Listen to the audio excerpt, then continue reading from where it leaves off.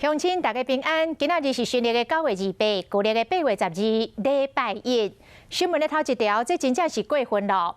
有一个重机车的骑士徛伫个88快速道路，有一台水产行的小货车恶意来逼车，甚至驶正边的路径超车，搁甲车切入去，为重机车共压落。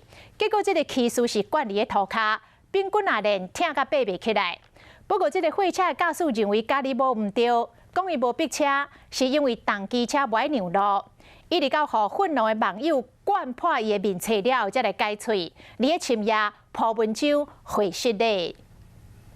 台北8线快速道路东向西往高雄的方向，一台重机伫正边，一台水产行的货车对伫后壁，速度够紧，所来违规为路径超车的瞬间。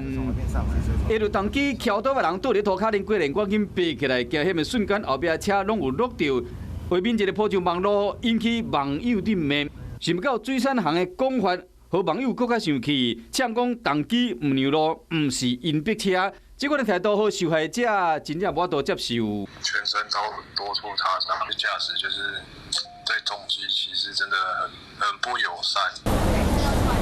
依照地址找到这间伫高雄阿莲区的水产行门关掉咧，就算半暝伫面册有会失礼。有过来骑重机的人，伊愿伫外口集合，嘛伫网络发动，大家烧酒来买海产，惊动警方。那有关网民号召一事啊，本分局尊重，但在预计集结的时段，仍会编排警力防治冲突的发生。那请网民要保持理性，不可做出那个非法的违法的行为。我看一摆惊险瞬间，速度够紧，恶意超车，加在骑重机的人命较乱，现在真正造成重大伤害，毁失礼嘛袂负案。